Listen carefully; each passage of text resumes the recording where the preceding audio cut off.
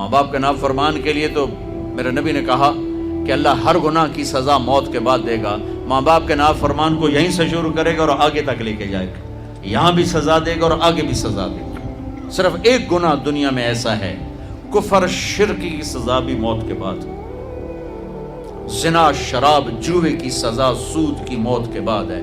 ایک گناہ ماں باپ کی دل آزاری، دل دکھانا، اللہ یہاں سے یہ سزا شروع کرتا ہے اور آخر تک پہ چلاتا ہے اس کو.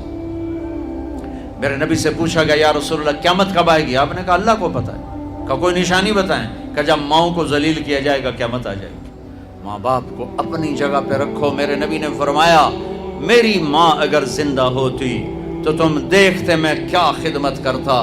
میں عشاء کی نماز کے مصلی پہ ہوتا، سورۃ فاتحہ پڑھ رہا ہوتا، ادھر سے آواز آتی میرے کمرے سے، میرے گھر سے، بیٹا محمد، تو میں نماز توڑ کے کہتا لبیک اماں جی. نماز میں کون سی نماز؟ فرض، عشاء فرض.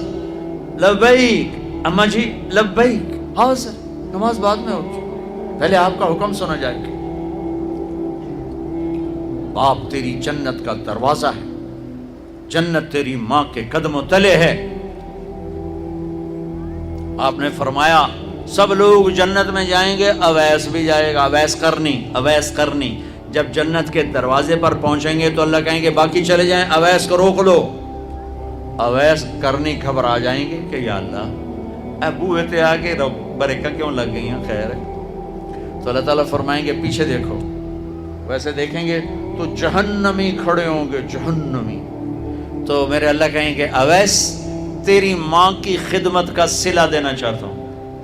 یہ جہنمی کھڑے ہیں، انگلی اٹھا، جدھر جدھر تیری انگلی پھرے گی تیری تو فیل سب کچھ جنت میں ڈال دوں گا. ماں کی خدمت، ماں کی خدمت.